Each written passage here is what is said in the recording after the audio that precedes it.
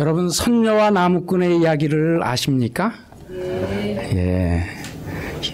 그 현대판 선녀와 나무꾼의 이야기가 있는데, 선녀가 이렇게 땅 위에 내려왔는데 정말 이렇게 아름답고 좋은 곳, 멋있는 장소가 있어서 선녀가 주위를 싹 둘러봅니다. 그리고 아무도 없으니까요, 옷을 싹 벗고 가서 목욕을 딱 하고 있었습니다.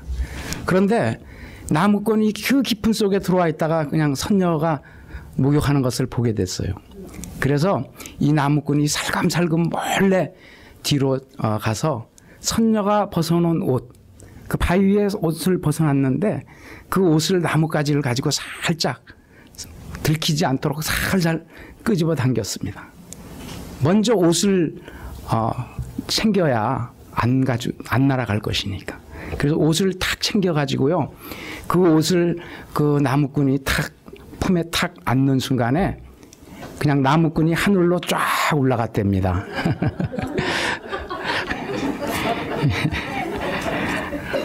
왜 그랬냐고요? 옷이 날개이기 때문입니다. 옷 입은 것 따라서 사람들이 달라지는 것 같아요. 이렇게 정장을 입은 사람은 점잖게 행동을 합니다. 그런데 정장을 입었던 사람이라도 그가 수영복이나 운동복 같은 거 입었는데 그 옷 입고 점잖게 움직이는 사람이 없죠. 만약 수영복 입고서 정장 입은 것처럼 폼 잡고 이렇게 다니면 사람들이 전부 다 쳐다볼 거예요. 저 사람이 좀 이상한 사람 아닌가 하고. 옷 입은 것이 그 사람의 태도를 바뀌게 한다는 것을 볼 수가 있어요. 특별히 우리는 그 한국에 있을 때 예비군복을 입으면 사람들이 왜 그렇게 순식간에 사람이 바뀌는지 모르겠어요. 예비군복 입으면요, 사람들이 이상해져요. 뭐 지나가는 여자 하나만 지나가도 괜히 휘파람 휙휙 불고, 뭐 왜 그런가 생각해 보니까 그 마음 속에는요, 자신이 그 예비군복을 입기까지 그 군대 생활할 때 마지막에 군대 생활에 대한 생각이 나고, 군대 생활 그 말년 때 자신이 누렸던 그런 것들이 싹 떠올라서 예비군복을 입으면 또 그렇게 싹 바뀌는 것 같아요. 그래서 예비군복 입은 사람들이요, 참 제멋대로 행동하는 것을 얼마나 많이 보게 되는지 모릅니다. 여러분은 이제 새 옷을 갈아입은 사람이라는 것을 알 수 있기를 바랍니다. 여러분들은 옛날에 누더기요, 더럽고 추하고 때묻고 항상 어디에 굴러도 보이지 않던 그 옷을 벗어버리고 예수 그리스도께서 주신 세마포 옷으로, 새 옷으로 갈아입은 성도 되신 것을 알 수 있기를 바랍니다. 오늘 본문을 보니까 사도 바울이요, 에베소 교회에서 얘기하면서 바로 이 앞절에서 우리에게 말한 것이 있는데, 너희는 썩어져가는 구습을 쫓는 옛사람을 벗어버리라고 얘기했어요. 그리고 새 사람을 입으라고 얘기했어요. 하나님의 의와 진실의 거룩함으로 새 사람을 입으라, 이렇게 말하고 있습니다. 여러분, 새 사람이 옷을 바꿔 입으면요, 처음에 참 익숙하지가 않은 거예요.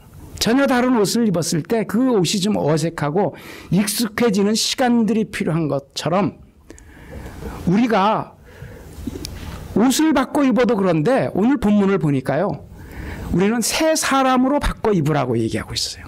옛사람을 벗어버리고 새 사람을 입으라, 이렇게 말하고 있는 거예요. 그렇다면 새 사람을 입는다는 것은 어떤 삶을 말하는 것일까요? 어떤 것이 새로운 삶을 입는 삶이 되어지는 건지 한번 살펴보는 시간이 되시기를 바랍니다. 여러분, 새 사람은요, 훈련이 되어져야 한다는 것을 본문을 통해서 말해주고 있어요. 새 사람으로 살아간다는 것은 예수 그리스도를 닮아가는 삶을 산다는 것을 의미하고 있어요. 여러분과 저를 그리스도인이라고 칭하는 줄로 믿습니다. 그리스도인이라는 것은 그리스도의 사람이라는 말이죠. 그리스도의 사람이라는 건 예수를 닮아가는 사람이라는 것을 의미하고 있는 것이에요. 여러분은 예수 그리스도를 닮아가는 삶으로 변하여 되고 계시고 있습니까? 우리는 변해야 돼요.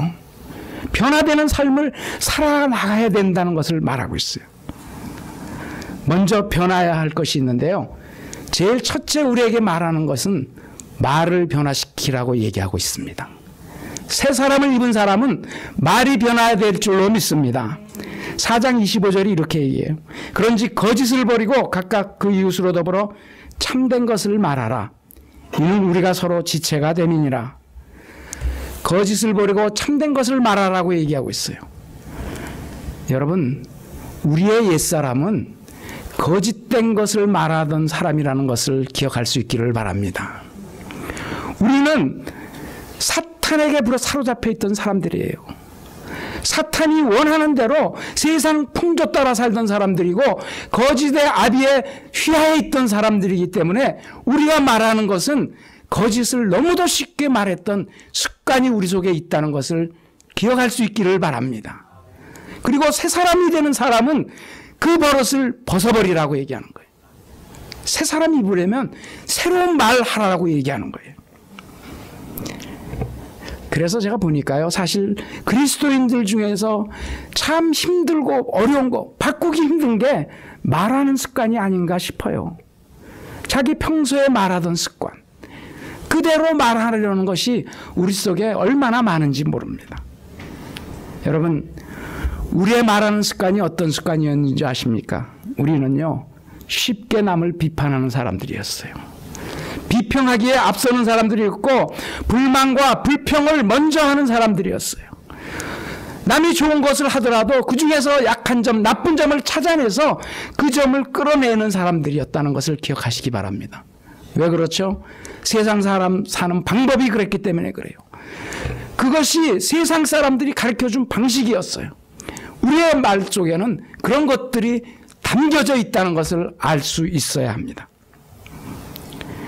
나를 나타내고 나를 주장하고 이기고 넘어가야 하고 그렇게 살아야 되는 것이 우리의 삶인 줄 알았던 것이 우리 이전의 삶이었다는 것입니다.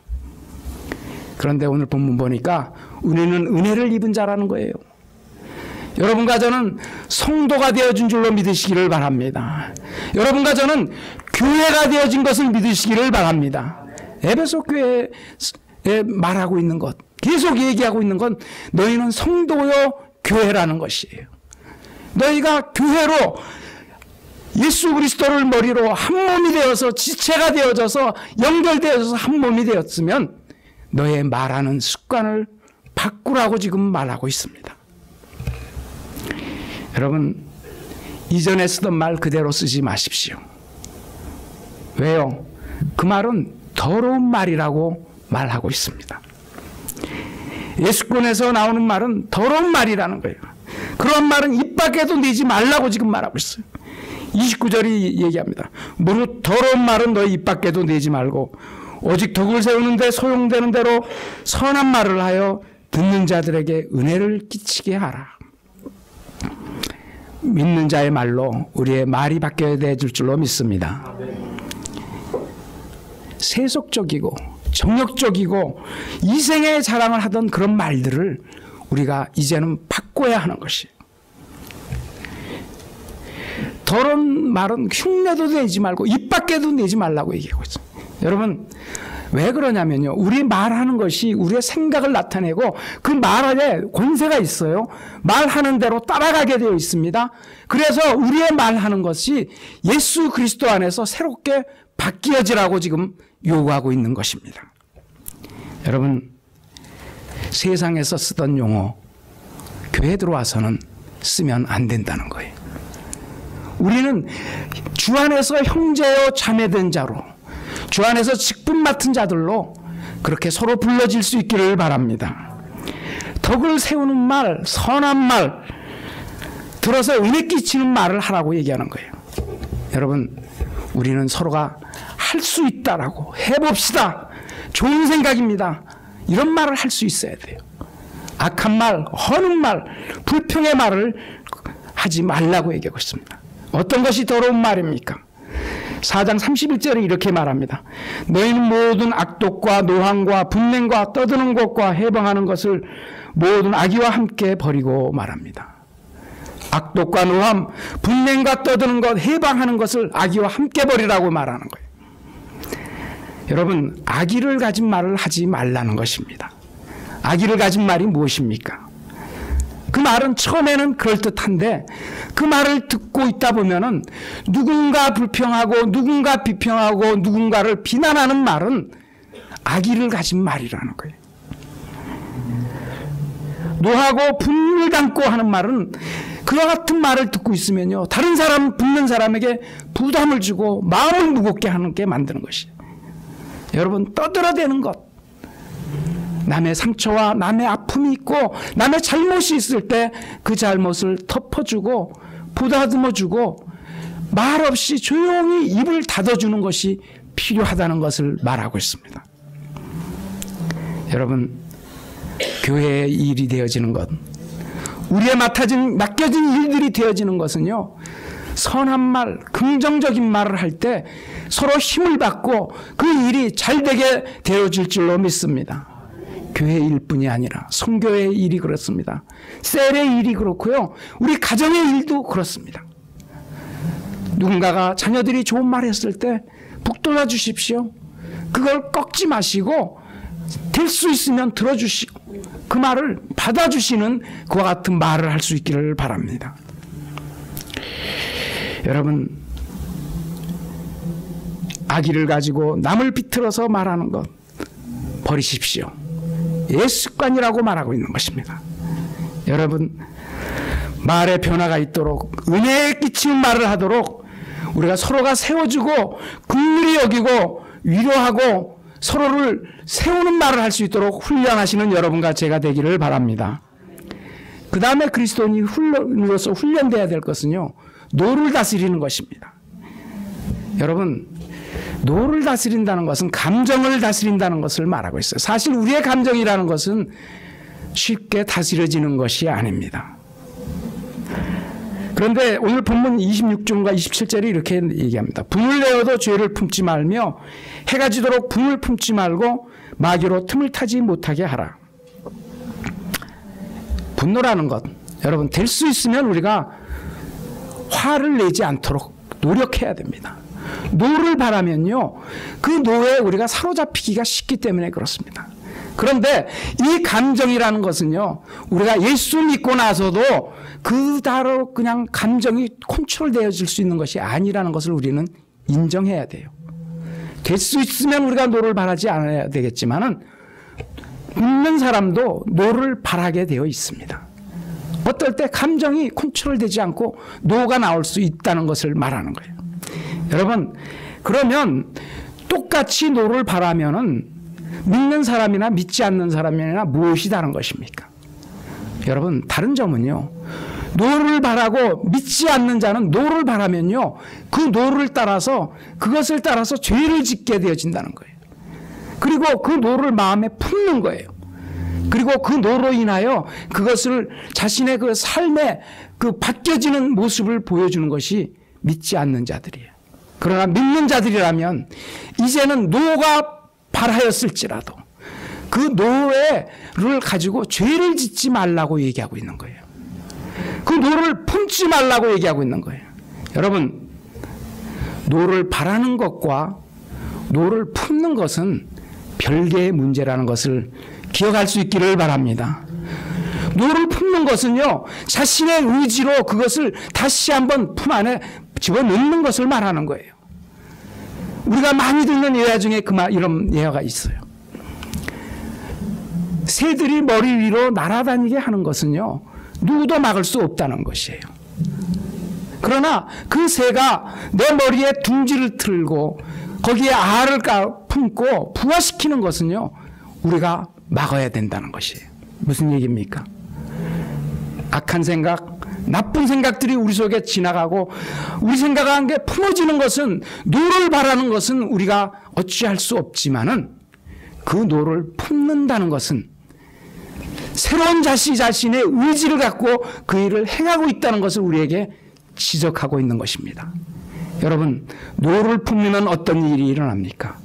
노를 품으면 그 노를 품는 사람은요, 노에 사로잡히는 사람이 되어져요. 그 노가 우리를 사로잡게 돼요.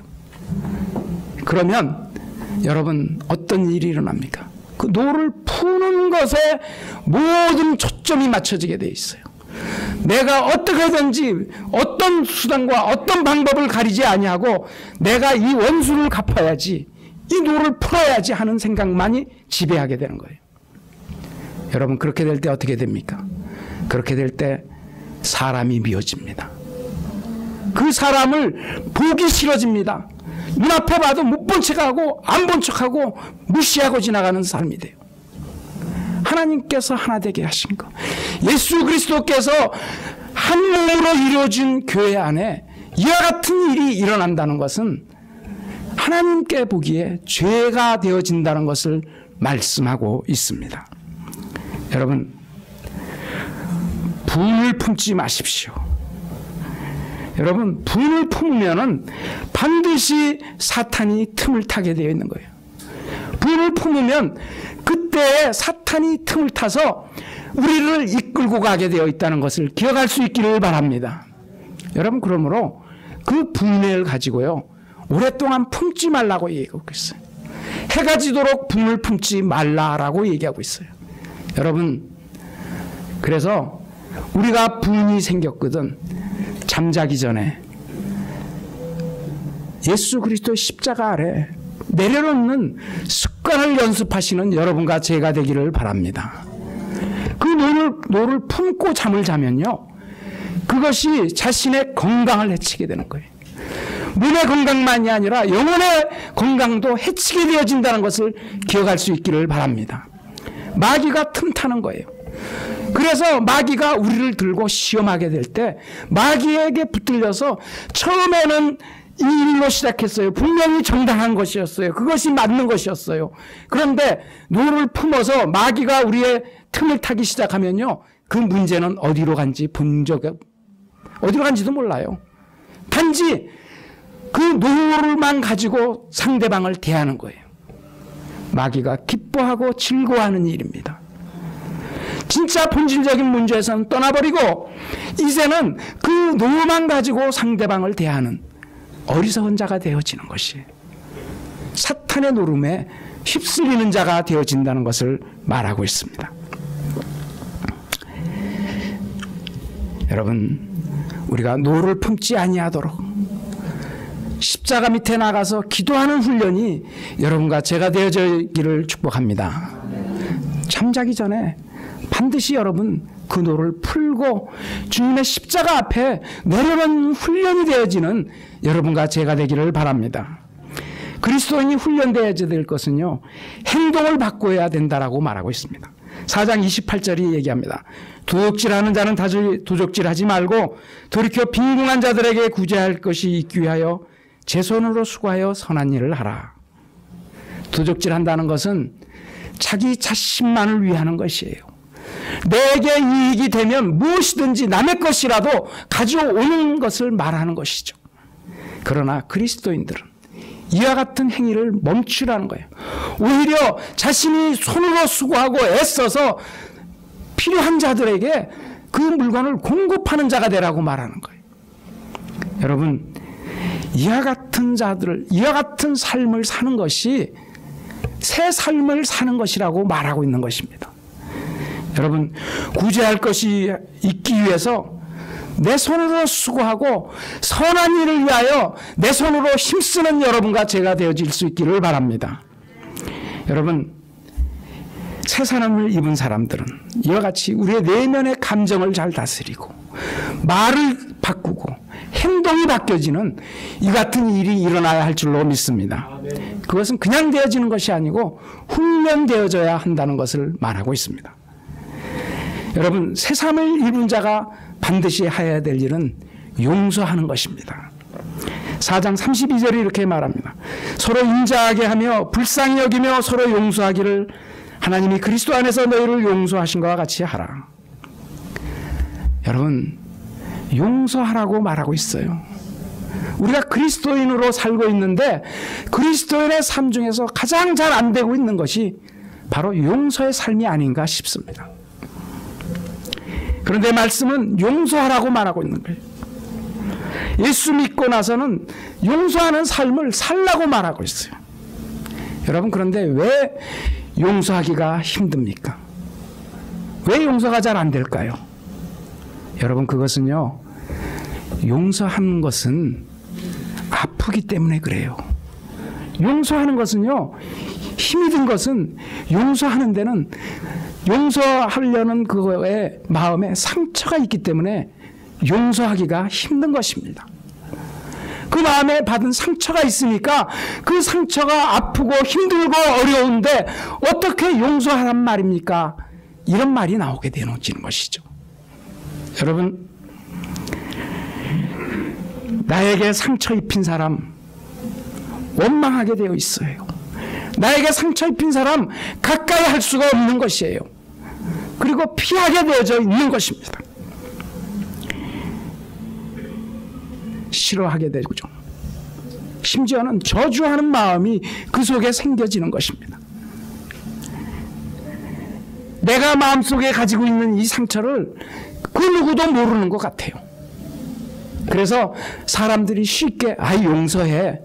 그러면요, 그 속에서 무슨 속의 마음에 대답이 오냐면요, 아이고 참 당신이 나처럼 아파봤어? 당신이 나처럼 상처받아봤어? 하는 그런 마음에 반발이 일어나는 것을 볼 수가 있습니다. 여러분, 그 같은 말은 입으로는 꺼내지 않지만 그 속에서 소리치고 외치는 마음의 말이 되어지는 것입니다. 그래서 사실 상처받은 사람은요, 그 같은 상처를 받은 사람이 만약 그 사람의 아픔을 알게 되는 거예요. 그리고 그 아픔을 공유하고 그 아픔을 겪어본 사람이 위로하고 그 격려할 때 그 큰 힘을 발휘하게 되는 것을 볼 수가 있습니다. 사랑하는 성도 여러분들, 여러분 마음에 상처가 있으십니까? 용서할 수 없는 상처가 있으십니까? 예수 그리스도를 바라보시기를 바랍니다. 주님께서는요, 여러분과 저를 위해서 십자가에 달려 돌아가셨어요. 여러분과 저의 죄를 위해서 채찍질 맞아서 그 몸에 깊은 상처를 가지신 분이에요. 여러분과 저를 위해서 침뱉음 당하시고 멸시당하시고 조롱당하시고 비방당하시고 그리고 많은 사람들에게 잊어버린 바처럼 그런 사람이 되어진 것이 바로 예수님이세요. 우리 주님은 여러분의 상처를 아십니다. 우리 주님은 그 상처를 치유할 만한 그 모든 것을 채울하신 분이신 것을 기억하시기를 바랍니다. 여러분, 그 주님께서 서로 용서하라고 말씀하고 있습니다. 서로 용서하라 이렇게 말하고 있어요. 여러분, 오늘 본문 보니까 서로 용서하라는 이 말이 굉장히 깊은 의미를 갖고 있는 걸 볼 수 있습니다. 우리는요, 이렇게 생각합니다. 자기가 받은 상처에 관한 것은 얼마나 깊이 갖고 있고 잊어버리지 않는지 몰라요. 그런데 여러분, 우리가 잊어버리고 있는 것이 있습니다. 그것이 무엇인지 아세요? 우리가 남에게 상처를 주고 있다는 것입니다. 여러분, 사실은 우리는요, 서로가 상처를 주고 상처를 받고 하는 사람들이에요. 그런데 우리는 무엇을 생각하냐면 받은 상처만 생각하고 있어요. 내가 준 상처는요, 조금도 생각하지 않습니다. 여러분, 잘 살펴보십시오. 상처받은 사람이 그렇게 아파하고 쓰라려 할 때 상처 준 사람은요, 뭐가 어때서 왜 그래? 하는 거예요. 그것은 상처받은 사람은 상처를 깊이 간직하고 있지만 상처를 준 사람, 자기가 준 것에 대해서는 전혀 기억하지 못하고 알지도 못하고 지나가고 있다는 것이에요. 여러분, 우리는 내가 상처를 받기만 한 사람이 아니고 남에게 상처를 주기도 하는 사람이라는 이것을 기억할 수 있기를 바랍니다. 그래서 주님께서요, 서로 용서하라 이렇게 말씀하신 줄로 믿습니다. 여러분, 왜 용서해야 됩니까? 우리가 용서받은 자이기 때문에 용서하라는 것입니다. 여러분, 사실 우리의 이 용서는요, 나로부터 시작되어지지가 않는 것이에요. 내 마음에 내가 결단해서 용서되어지지 않습니다. 우리의 용서는 어디서부터 시작이 됩니까? 우리의 용서는 하나님으로부터 시작되어진 줄로 믿으시기를 바랍니다. 우리의 용서는 예수 그리스도로부터 시작되어지고 우리의 용서는 십자가로부터 시작되어진 줄로 믿으시기를 바랍니다.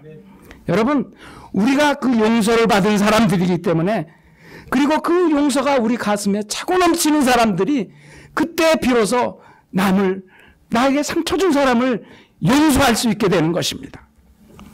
여러분, 내가 받은 용서, 그 용서가 얼마나 귀한 것인지, 얼마나 값진 것인지를 아는 사람만이 나에게 상처 입힌 사람을 용서할 수 있는 거예요.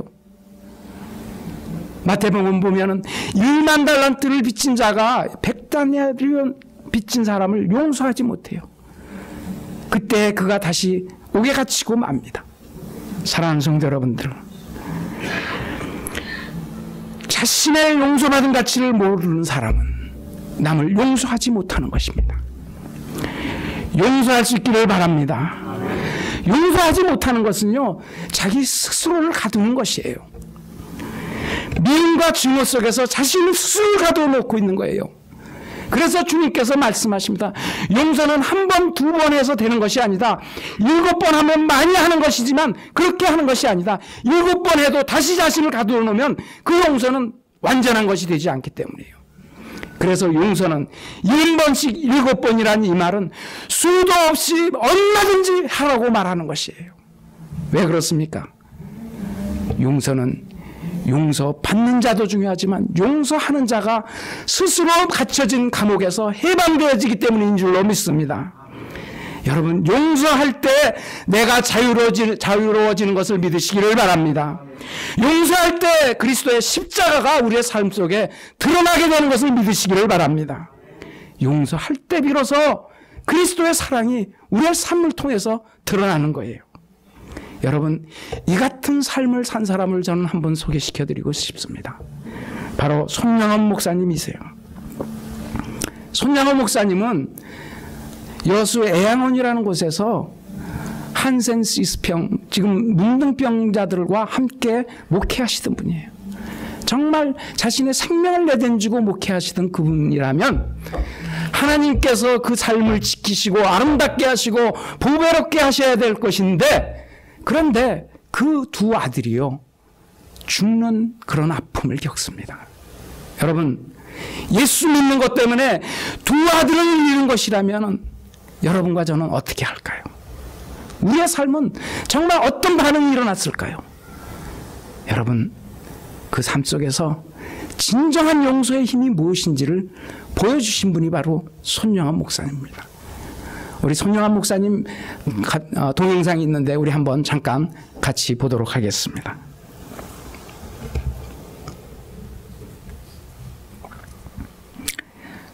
그 두 아들인 동인과 동신이 순천사범학교하고 순천중학교에서 같이 죽게 되어지는 사건이, 그리고 그 죽고 난 다음에 고백한 것을 여기 동영상에 나오고 있습니다.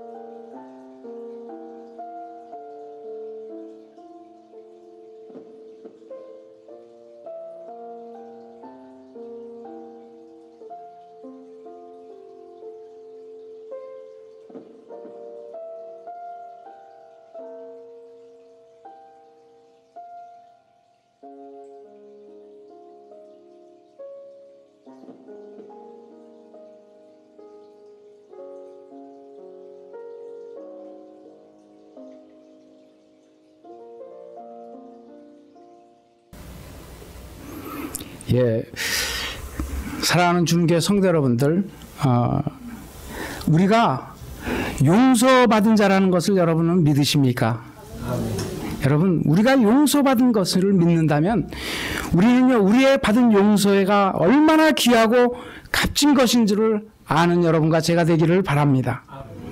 여러분, 독생자가 예수가 십자가에 달려 죽기까지 그와 같이 귀한 값을 치르신 것이 용서예요. 이 귀한 용서에 대한 감사와 감격이 있는 여러분과 제가 되기를 바랍니다. 여러분, 무엇이 이 귀한 용서의 사랑을 빛나게 하는 줄 아십니까? 그것이 바로 우리가 용서할 때 비로소 그리스도의 사랑이, 그리스도의 용서가 드러나게 되는 줄로 믿습니다. 새 사람을 입은 사람은요, 성령을 근심하게 하지 않는 사람이 되어야 됩니다. 우리가 이 같은 변화를 하려고 하는 것, 용서하려고 하고 또 말하는 것, 행동을 바꾸려는 것, 우리의 인간의 결단으로 되어지는 것이 아니라는 것입니다. 그래서 예수 믿으려고 할 때 이와 같이 바뀌려고 하니까 너무 힘들고 어려워요. 얼마나 힘들고 어려운지 모릅니다. 그래서 이렇게 해서 어떻게 예수 믿겠나 싶습니다. 이렇게 힘든 것을 구하나? 어떻게 본문에 동영상에 나온 것처럼 자신의 아들을 죽인, 두 아들을 죽인 그 살인범을 자신의 아들로 삼는 그 같은 사랑을 할 수가 있는 것입니까? 여러분, 그런 것이 어떻게 가능합니까? 여러분, 성령의 인도에 순종할 때 가능해지는 것을 믿으시기를 바랍니다. 4장 30절에 이렇게 말합니다. 하나님의 성령을 근심하게 하지 말라. 그 안에서 너희가 구속의 날까지 인치심을 받았느니라. 성령님이 우리 안에 내주하고 계신 것을 믿으시기를 바랍니다. 그리스도의 사람이라는 것은 그리스도의 영이 있는 사람이라는 것을 말하는 거예요. 여러분 안에 성령님이 계신 것을 믿으시고 계십니까? 여러분이 성령님과 내주하시는 성령님으로 인하여 매일매일 바뀌어가는 삶이 되고 계십니까? 여러분, 우리가 그리스도의 사람은 그리스도의 영이 있는 사람이라고 말하고 있습니다. 8장 9절이 이렇게 말합니다. 로마서 8장 9절입니다. 만일 너희 속에 하나님의 영이 거하시면 너희가 육신에 있지 아니하고 영에 있나니 누구든지 그리스도의 영이 없으면 하나님의 사람이 아니라. 여러분, 그리스도인은요, 영혼에 대한 관심이 더 많은 사람들이에요. 육에 있지 않고 영에 있는 사람들이라고 말하고 있습니다. 성령의 인도를 받고 있는 사람들입니다. 여러분, 성령의 음성에 민감한 여러분과 제가 되기를 바랍니다. 신앙생활이라는 것은요, 성령님의 그 음성을 듣고 순종하면서 나가는 삶을 말하고 있는 거예요. 그래서 새로운 삶을 산다는 것은 성령님의 음성을 듣고 그 속에 착한 일을 시작하신 그 성령님의 역사를 따라서 의지하는 삶을 말하는 거예요. 여러분 가운데 예수님을 닮고 싶은 마음이 계십니까? 여러분 가운데 선한 일에 동참하고 싶은 마음이, 신앙의 진보를 이루고 싶은 마음, 경건하고 싶은 마음, 거룩하고 싶은 마음, 구별되고 싶은 그런 소망을 가지고 계십니까? 이것이 바로 성령님이 주신 것이라는 것을 믿을 수 있기를 바랍니다. 우리 안에는 항상 싸움이 있어요. 성령의 욕심을, 소욕을 따라갈 것인지 육신의 소욕을 따라갈 것인지, 이 싸움 안에서 성령의 싸움을, 성령의 소욕을 따르고 성령의 말씀을 듣고 성령을 순종하는 사람이 성령 충만한 삶을 살게 되는 줄로 믿습니다. 여러분, 성령의 음성을 듣고도 못 들은 척하고 성령의 음성을 듣고도 다음에 하지 하면서 성령의 음성을 소멸시키는 여러분이 되지 마십시오. 여러분 가운데 성령이 말씀하시면 듣고 순종하며 실행하는 여러분이 되실 수 있기를 바랍니다. 그러면 하나님이요 그 삶을 책임져 주실 것입니다. 성령의 말씀에 순종하지 못할 때 우리 안에 성령님이 근심하신다고 말씀합니다. 탄식을 하고 계시는 것입니다. 얼마나 우리가 성령님을 탄식하게 하고 근심하게 하였는지 모릅니다. 사랑하는 주님교회 성도 여러분들, 우리는 이제까지 말로 얼마나 많이 성령님을 근심하게 하였습니까?